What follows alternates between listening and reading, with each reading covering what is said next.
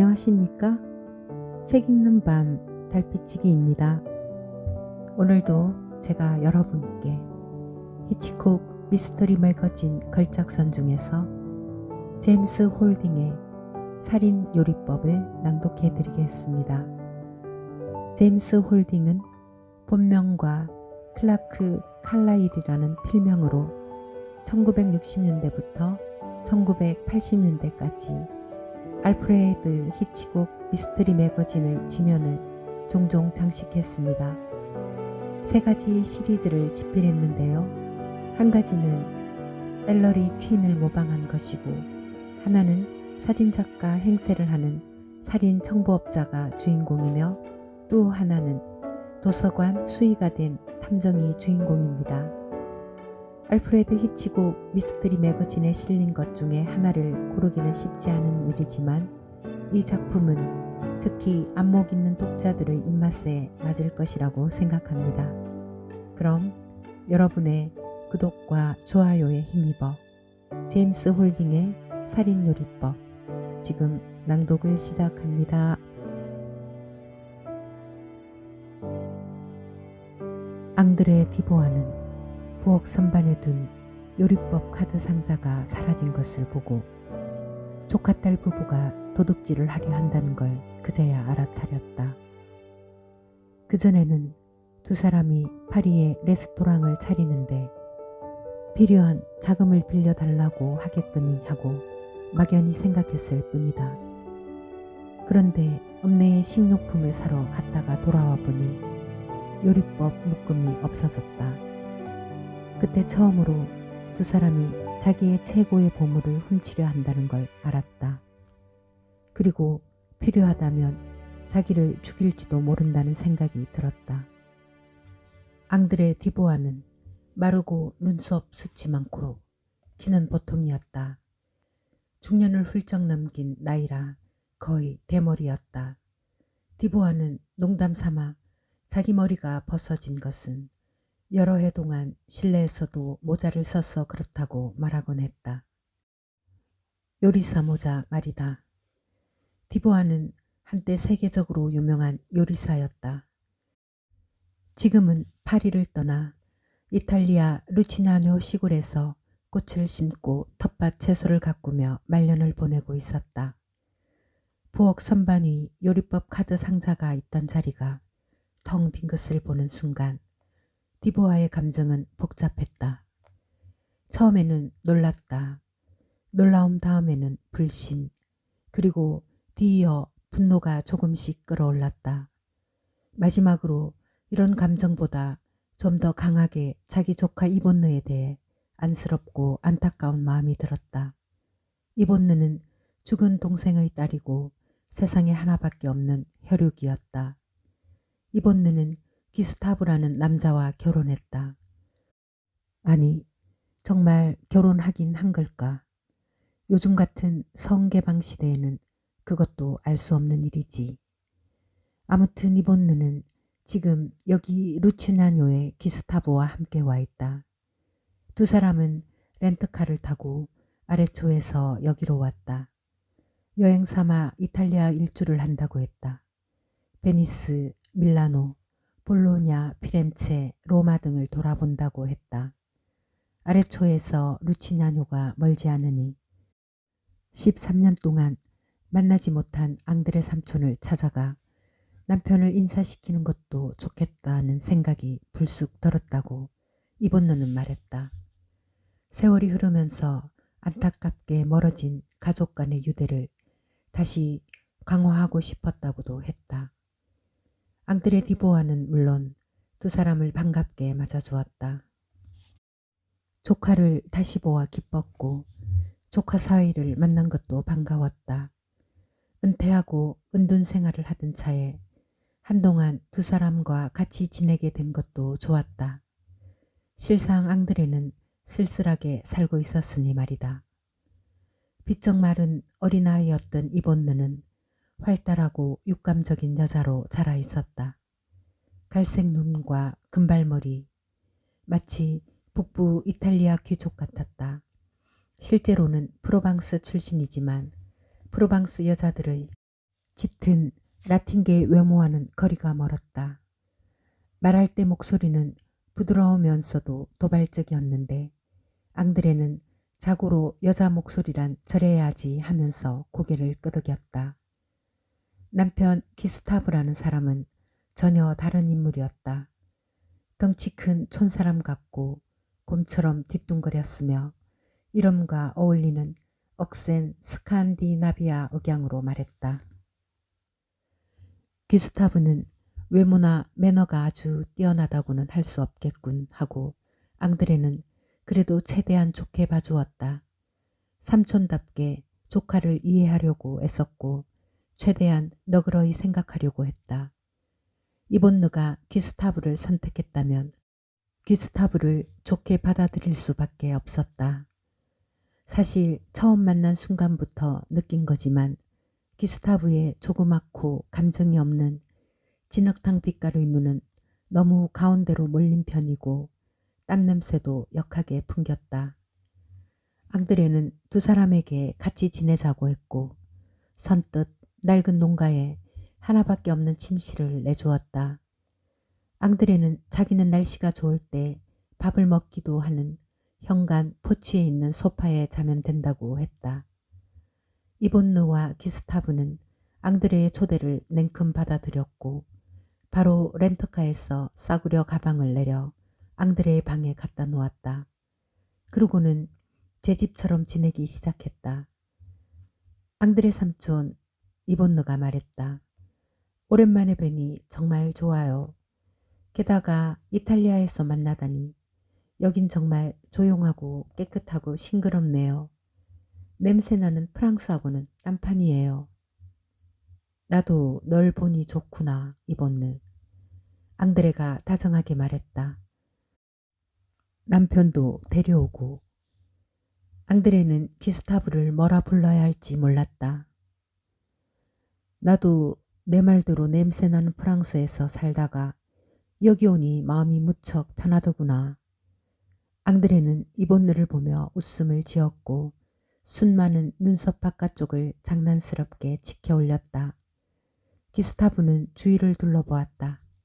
방 안은 어수선하고 어질러져 있었다. 전형적인 농부의 집이었다. 방에서 가장 눈에 띄는 것은 좁은 방 벽 위를 빼곡히 덮은 금속으로 된 장식 액자, 상장, 메달 등이었다. 기스타브는 손을 흔들어 두 사람의 주의를 끌더니 물었다. 저것들은 뭐죠? 앙드레가 대답하기 전에 이본느는 부드러운 목소리에 웃음기를 담고 말했다. 기스타브, 읽어봐. 앙드레 삼촌이 전 세계 미식가 협회에서 받은 상이야. 기스타브는 의자에서 벌떡 일어나 상을 자세히 살폈다. 요리사였어요? 기스타브는 앙드레에게 다가왔다. 요리사요? 기스타브는 잠시 말을 멈추더니 말했다. 설마 위대한 앙드레요? 파리의 세마리 앙투아네트의 앙드레, 그 앙드레? 어째서인지 기스타브는 말과 달리 별로 놀란 것 같지는 않았다. 어쨌든 앙드레는 고개를 끄덕이고 겸손하게 대답했다. 그 앙드레 맞네. 하지만 지금은 아니지. 지금은 농부일 뿐이야.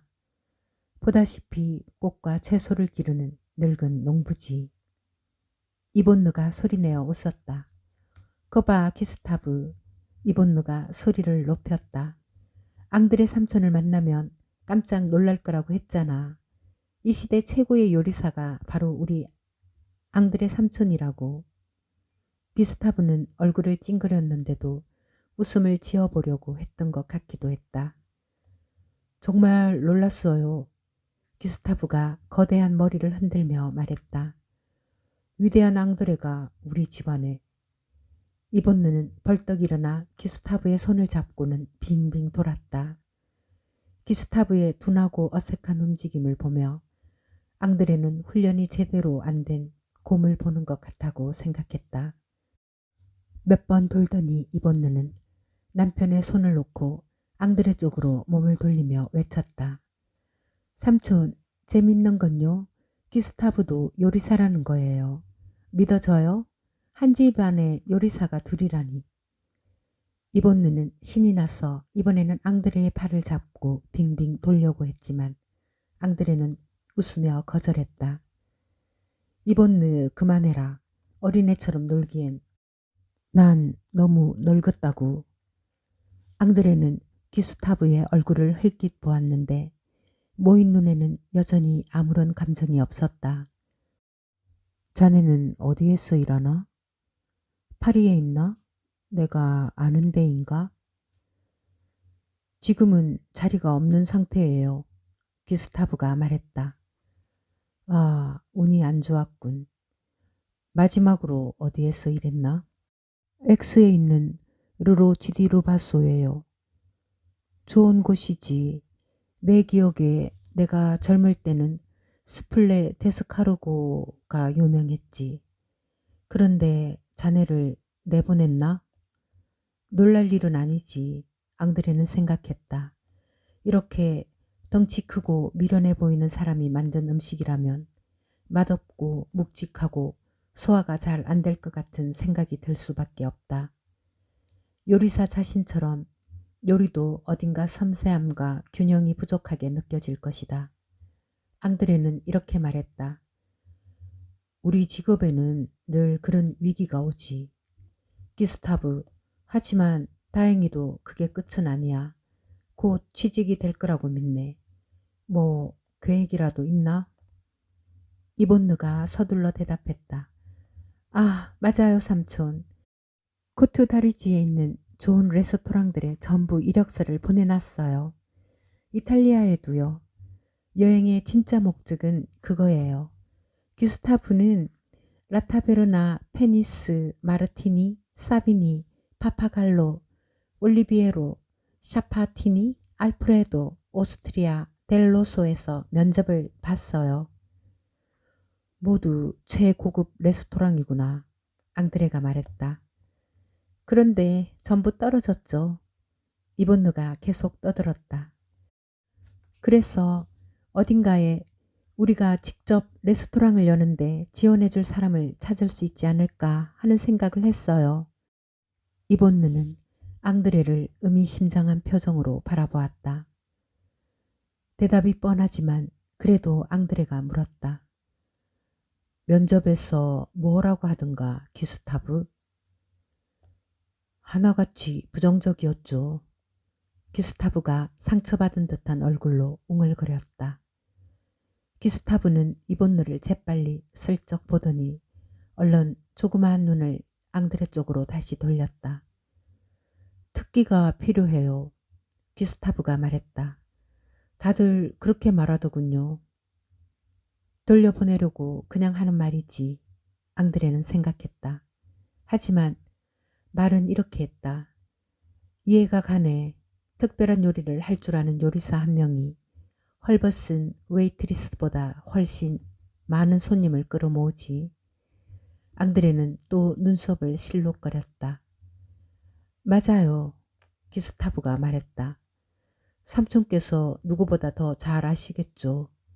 삼촌의 명성도 그 이름난 특별 요리 덕에 널리 알려진 거니까요. 제가 요리를 배운 코펜하겐에서도 견습 요리사들 사이에서 삼촌의 포타주 프랑스와 프르미리에가 엘리자베스 여왕보다 더 유명했을 정도니까요. 고맙네. 앙드레가 웅얼거렸다. 서툴게 비행기 태우는 말에 기분이 나쁘지는 않았다. 수프에 불과하다고요? 이본느가 소리쳤다. 그건 삼촌의 천재성을 모독하는 말이에요. 포타주 프랑스와 프르미에는 신들이 마시는 음료예요. 그걸 만드는 비법은 세상에 오직 삼촌밖에 모르는 거죠. 오래전에 아버지가 삼촌 칭찬을 하며 입이 닳도록 하던 소리예요. 그러다가 제가 15살이 되자 드디어 파리로 데려가서 샤마리 앙투아네트에서 저녁을 먹을 수 있게 해주어 삼촌의 환상적인 수프 맛을 맛보았죠. 기억나세요? 기억나지. 너의 귀엽던 모습이 생각나는구나. 삼촌 수프를 먹을 때 느낌은 사랑에 빠지는 것 같았어요. 그거 아세요, 삼촌? 갑자기 사랑하는 사람 말고는 세상에 어떤 것에도 관심이 가지 않게 되잖아요. 앞뒤 가리지 않고 빠져들어 기꺼이 감정의 노예가 되는 거예요. 이번누는 애절한 눈빛으로 남편을 보았다. 아, 기스타브, 이번누가 말했다. 격정적 감정이 떠올랐는지 입술이 살짝 벌어졌다. 앙드레 삼촌의 포타주 프랑스와 프르미에에 견줄 만한 건 이 세상에 없어. 당신 말 믿어. 난 앙드레 삼촌의 수프를 맛볼 기회는 없었지만 달걀이라도 한번 삶아본 요리사는 누구나 그게 최고라는 걸 알지. 앙드레는 그 말이 지나친 과장이라고 느꼈지만 그래도 기분 좋게 받아들였다. 일자리를 잃은 딱한 기스타브에 대해 희미하게 동정심이 일었다. 앙드레는 충동적으로 이렇게 말했다. 포타주 프랑스와 푸르미에의 비밀을 말해줄게. 아무한테도 말한 적이 없는 거야. 소중한 동생이지만 이번느 내 아버지한테도 말하지 않았다. 사실 그 수프는 내가 만들어낸 게 아니야. 사실은 물려받은 요리법인데 내 것이라고 말한 것이란다. 두 사람은 충격을 받은 얼굴로 앙드레를 바라보았다. 요리법을 물려받았다고요? 누구한테 물려받았는지 말해 주실 수 있나요? 기스타프는 감정이 없는 눈빛을 빛내며 물었다. 아버지한테서. 아버지는 할아버지한테서 물려받은 거란다. 그 요리법은 거의 500년 동안 철저히 비밀을 지켜가며 아버지로부터 장자에게 전해졌지. 최초의 앙드레 디보아가 피렌체의 로렌초 메디치를 위해 처음 그 수프를 만들었을 때부터 말이다. 그때는 로렌초 메디치에게 경의를 표하는 뜻으로 주파일 마그니피코라고 불렀지. 앙드레는 오랜 세월 지켜왔던 비밀을 털어놓으며 어쩐지 기분이 후련했다. 앙드레는 활기차게 이야기를 이어갔다. 그러니 원래 포타주 프랑스와 프르미에는 프랑스 음식이 아니란다. 원래는 이탈리아 요리사가 이탈리아 군주를 위해 만든 이탈리아 수프인 거지.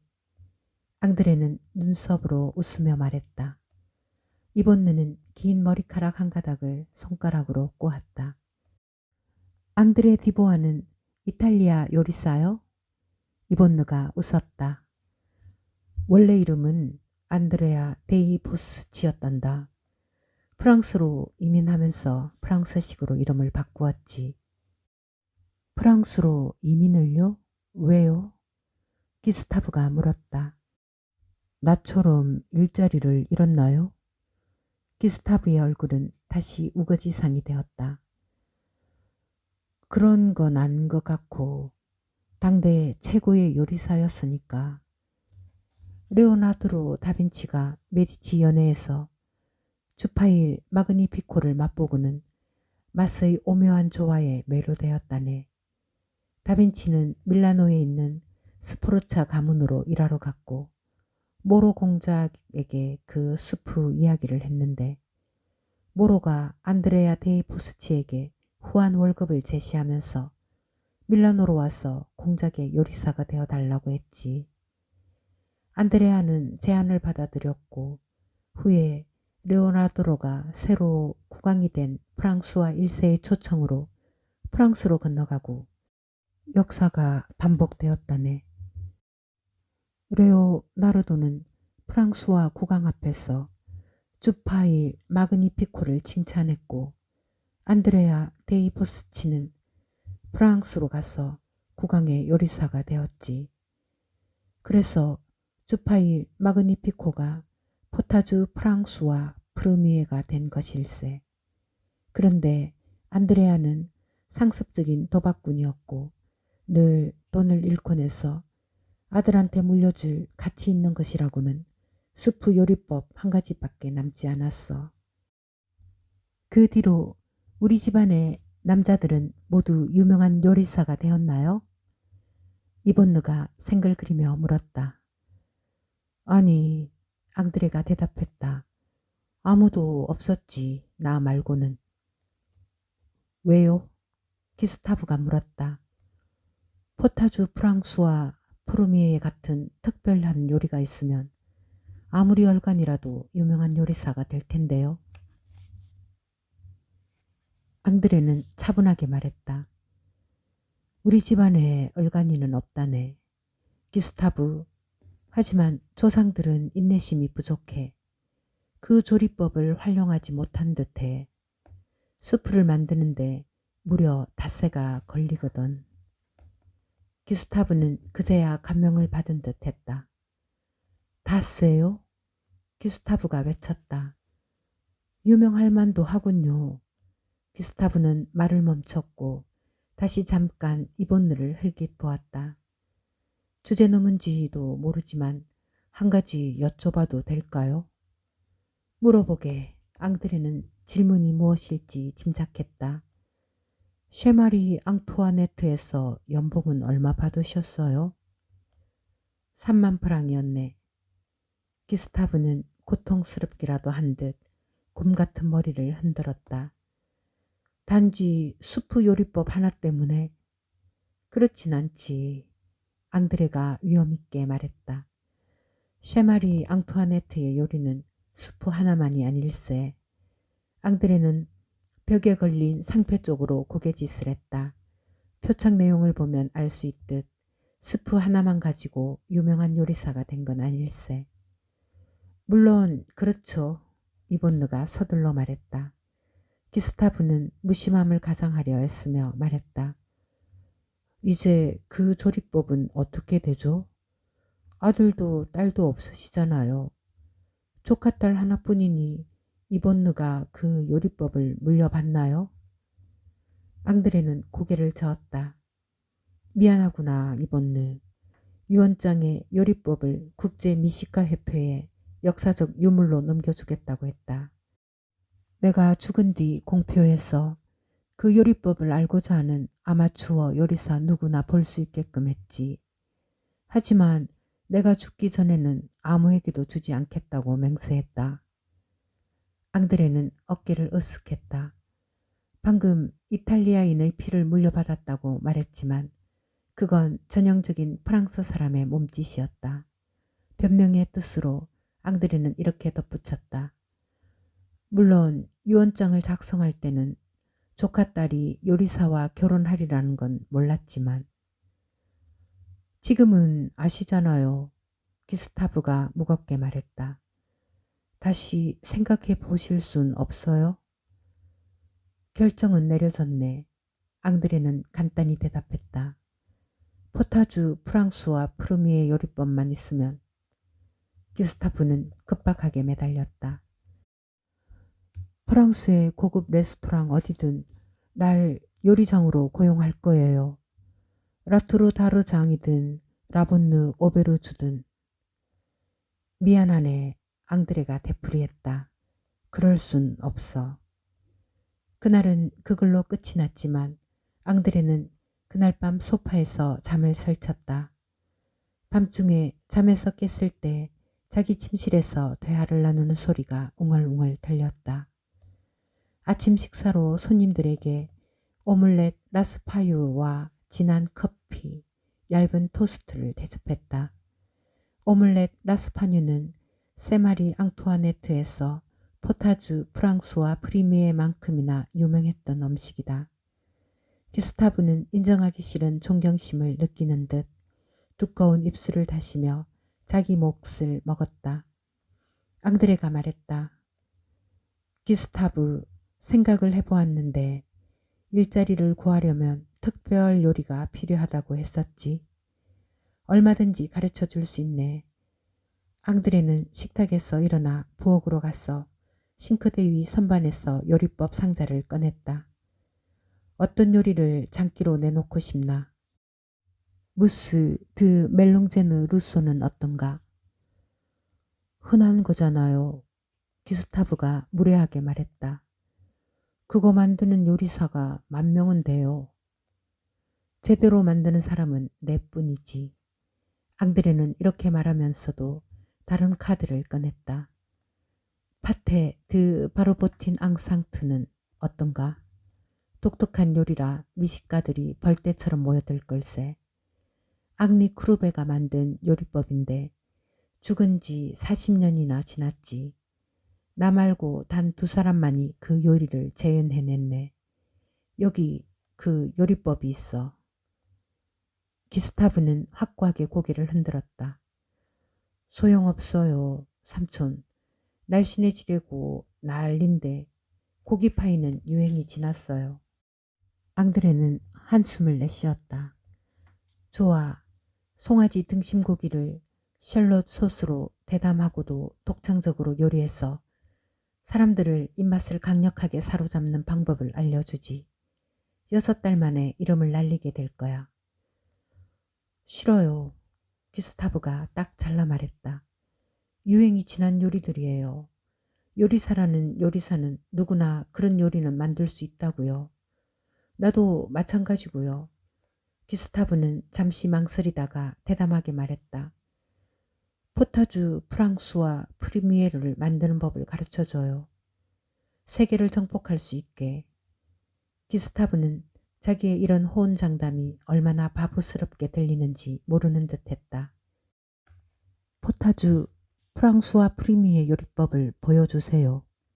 그러면 이본노와 저는 평생 삼촌께 감사할 겁니다.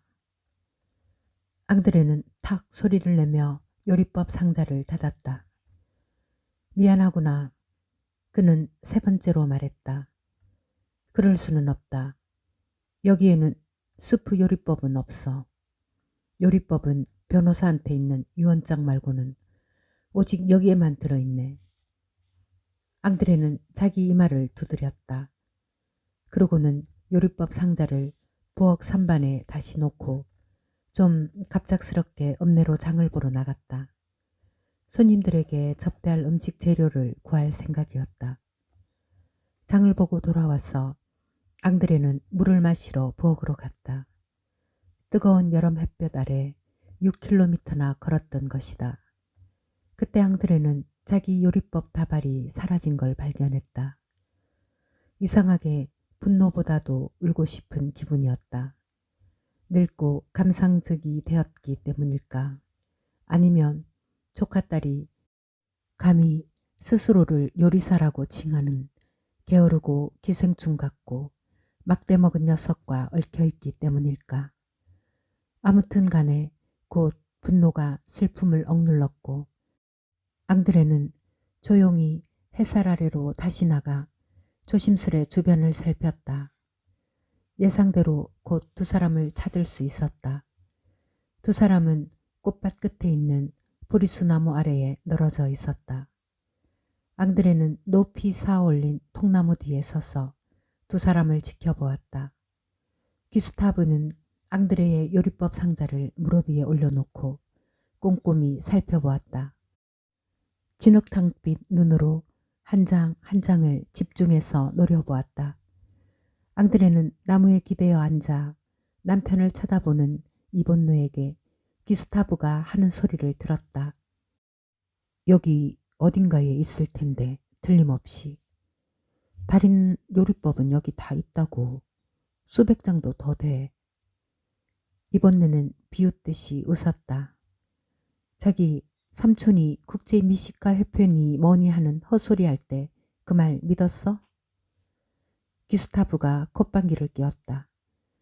늙은이가 속이 훤히 보이는 거짓말을 한 거지. 세계적으로 유명한 요리사가 1년에 30만 프랑짜리 요리법을 멍청한 미국 미식가협회에 넘겨준다는 게 말이 돼? 공짜로. 가장 돈을 많이 내놓는 사람한테 빌어먹을 조리법을 팔아치우려고 하는 거겠지. 뻔하다고. 아니면 애인한테 물려주려나? 이 황량한 곳에 애인이 어디 있단 말이야. 이본느는 또 웃었다. 앙드레 삼촌을 높이 평가하는구나. 수프 요리를 못할 정도로 늙었으니 연애하기에도 너무 늙지 않았겠어? 그걸로 충분했다. 마음속에서 분노가 펄펄 끓어올랐다. 아래초 경찰서에 전화를 걸어 신고할까 하는 생각도 했지만 이 일에는 경찰도 아무 소용이 없다는 걸 깨달았다. 앙드레의 머릿속에만 있는 요리법을 훔치려 한다는 이유로 누구를 체포할 수 있겠는가. 마침내 앙드레는 조용히 집으로 들어가 점심 준비를 하기 시작했다. 그 전에 먼저 연장 창고이자 닭장으로 쓰는 무너져가는 헛간에 들렀다. 헛간 선반을 뒤져 조그만 종이 상자를 찾아 부엌으로 들고 갔다. 이본느와 귀스타브는 1시간쯤 뒤 집으로 돌아왔다. 앙드레는 밝게 두 사람을 맞았다. 그 지역에서 나는 드라이 화이트 와인을 곁들인 양고기 스튜로 차린 훌륭한 오찬 내내 앙드레는 신나게 떠들었다.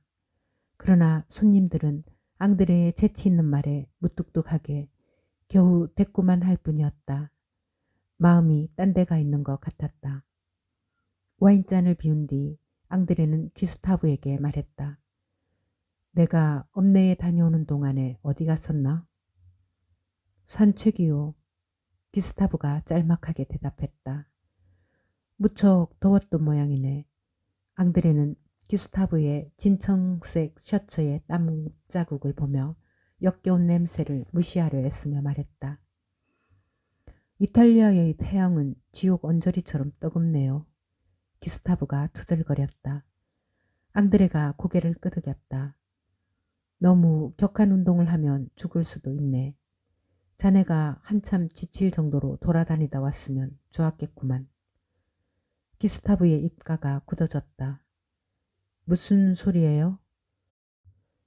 무슨 소리는 이본느가 얼른 말했다. 농담하신 거야. 그렇죠, 삼촌? 아니야, 앙드레가 말했다. 농담 아니야. 기스타브가 와인잔을 내려놓고 의자에서 일어나더니 천천히 앙드레가 있는 쪽으로 다가왔다. 기다리게, 앙드레가 말했다. 포타주 프랑스와 프리미의 요리법을 알고 싶은 거지, 아닌가? 기스타브는 아무 말도 하지 않았지만 걸음을 멈추었다. 이번노와 같이 오늘 아침에 그걸 찾느라 내 요리법 상자를 훔쳤지, 안 그래? 삼촌, 요리법 상자 선반 위에 있잖아요. 이본느가 말했다. 산책에서 돌아온 뒤에 제자리에 갖다 놓았지. 그 안에 요리법이 없다는 걸 알았으니까. 기스타브가 끼어들었다. 말씀하신 다른 요리법이 궁금했어요. 특별 요리로 하면 어떻겠냐고 했던 것들이요. 어젯밤에 포타주 프랑스와 프루미의 요리법은 거기 없다고 말씀하셨잖아요. 하지만 내 말을 믿지 않았지. 그렇지 않은가? 기스타브가 으르렁거렸다. 더 이상 뜸들이기 싫군. 그래요. 포타주 프랑스와 프리미의 요리법을 원해요. 앙드레가 웃었다. 필요하다면 훔치기라도 하려고? 필요하다면 죽이기라도 할 거요. 기스타브가 대답했다. 앙드레는 정말 놀라서 눈을 동그랗게 떴다. 갑자기 두려움을 느꼈지만 차분히 말했다. 나를 죽이면 요리법을 얻을 기회도 사라질 텐데. 바로 죽인다는 말이 아니오. 무슨 뜻인지 보여주지. 기스타브는 두 걸음 다가오더니 앙드레의 의자 옆에 섰다. 기스타브는 망치 같은 손을 치켜들었다. 살짝 맛을 보여주지. 앙드레가 일어서려고 하자 주먹이 엄청난 힘으로 오른편 관자놀이를 때렸다. 순간 세상이 아득했다. 정신이 들었을 때는 늦은 오후였다. 자기 방 침대에 누워 있었다. 팔을 움직이려고 했으나 그럴 수가 없었다. 손목과 발목이 침대 기둥에 단단히 묶여서 요리용 닭 같은 꼴이 되어 있었다. 하지만 고개는 돌릴 수 있었다. 고개가 뻐근하게 아팠다. 고개를 돌려보니 조카가 침대 옆 흔들의자에 앉아 담배를 피우며 무심한 눈으로 자기를 지켜보는 게 보였다. 그 뒤에 전화기 코드가 뽑힌 채로 방구석에 나동갈아져 있었다. 이본느, 앙드레가 불렀다. 목소리가 갈라져 그 한 단어가 신음처럼 나왔다. 연기를 내뿜으며 이본느가 말했다. 안녕 삼촌. 기스타프가 때려서 안 됐지만 그 사람도 어쩔 수 없었어요. 고집을 부리지 말았어야지. 이본느는 잠시 망설이더니 말을 이었다. 기스타프 말을 들어요. 어떻게 했어든 요리법을 차지하고 말 테니까. 사실 우리 집안 유산이잖아. 난 삼촌 동생의 딸이고. 이젠 아니다. 앙드레가 속삭였다. 난 너를 모른다. 이본느는 담배를 든 손을 가볍게 흔들었다. 소중한 요리법을 얻을 수 있다면 삼촌을 잃어도 상관없을 것 같네. 이본느가 말했다. 아무튼 삼촌의 태도가 나한테 상처를 줬다는 건 알아주면 좋겠어. 어떻게 그렇게 이기적이에요? 앙드레는 아무 말도 하지 않았다. 기스타브가 방 안으로 들어왔다. 일어났군. 좋아. 3분을 줄 테니 정신을 차리고 기억을 더듬어 보라고. 그 다음 포타주 프랑스와 푸르미의 요리법을 이본느한테 불러줘. 좋은 말로 할 때. 좋은 말로 할 때라니. 앙드레는 다시 두려움에 휩싸였다. 그러나 얼른 떨쳐버렸다. 다시 한번 죽음을 살짝 맛보게 해주지. 기스타브가 말했다. 이번에는 훨씬 고통스러울 거야. 알았어. 요리법을 알려주면 그게 진짜인지 믿을 수 있나? 직접 수프를 만들어 볼 거야. 이 집에서. 그러면 진짜인지 알 수 있지. 나도 요리사니 그 정도는 알아. 게다가 이본느는 먹어본 적이 있잖아. 사랑에 빠지는 것 같다고 한 것 같은데. 앙드레는 이본느가 무릎에 메모장을 올려놓고 볼펜을 든 걸 보았다. 힘겹게 앙드레는 떨리는 웃음을 지어 보였다. 진심은 아니겠지? 기스타브. 진심이야. 불러. 실례. 앙드레는 마지막으로 두 사람을 시험했다. 이본느는 기스타브에게 담배를 건넸다. 자, 이본느가 부드러운 목소리로 애교를 떨며 말했다. 보여줘, 자기. 기스타브는 불이 붙은 담배 끝을 앙드레의 왼쪽 눈아래에 대고 무신경하게 살을 찢었다. 앙드레는 고통으로 소리를 지르며 침대에서 미친 뱀장어처럼 몸부림을 쳤다. 알았어. 기스타브는 마침내 불타는 담배를 살에서 떼어 이본느에게 건넸다. 이본느는 무심하게 담배를 한 모금 빨고 구두 뒤축으로 눌러껐다. 준비됐으니 불러요. 이본느는 삼촌을 보고 웃으며 볼펜을 흔들어댔다. 앙드레는 이를 악물고 뺨에서 느껴지는 고통을 참았다. 정말이구나. 고문을 해서라도 요리법을 얻겠다는 거군. 아마 그러고는 무사히 빠져나가기 위해서 나를 죽이겠지. 앙드레는 서글펐다. 기스타브에게 경멸만을 느꼈지만 조카딸을 생각하면 뼈아픈 슬픔이 느껴졌다. 앙드레는 낮은 목소리로 말했다. 닭 육수를 먼저 내. 기스타브의 조그만 눈이 끔뻑거렸고 이본느는 펜을 빠르게 휘갈겼다. 살짝 소금 간한 물로 정확히 5시간 동안 약한 불로 끓이고 걸러내서 다시 데운 다음 식히기를 4차례 반복해. 식힐 때마다 굳은 기름을 조심스레 떠내고 다시 데울 때마다 소금물 반컵을 더하고 38분 동안 뭉근히 끓여. 앙드레는 이본느가 다 쓸 때까지 기다렸다가 계속 말을 이었다. 이렇게 얻은 닭육수 5컵에 새끼오리 3마리를 기름기 없는 살코기만 넣고 약한 불로 5시간 동안 끓여. 다시 그르고 다시 데우고 식히기를 4차례 반복해. 전처럼 기름기를 걷어내고 다시 데울 때마다 살짝 간이 된 육수 4큰술을 더 넣어.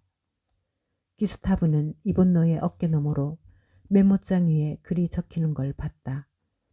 기스타브는 어찌나 집중했는지 숨도 쉬지 않는 듯했다. 앙드레가 말을 이었다.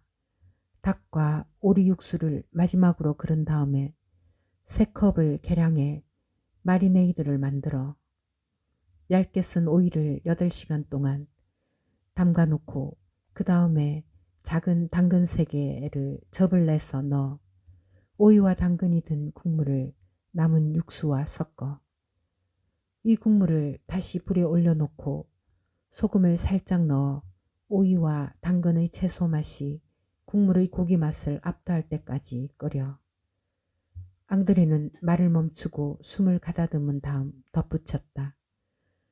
정확히 균형을 이루는 지점을 찾을 때까지 계속 맛을 봐야 해. 앙드레의 목소리는 복잡한 요리법을 읊으며 단조롭게 이어졌다. 재료는 자기 농장이나 읍내 청가상에 가면 쉽게 구할 수 있는 것들이었다. 닭 육수에서 시작해 마지막 베이컨 조각에 이르기까지 26가지 재료가 들어갔다.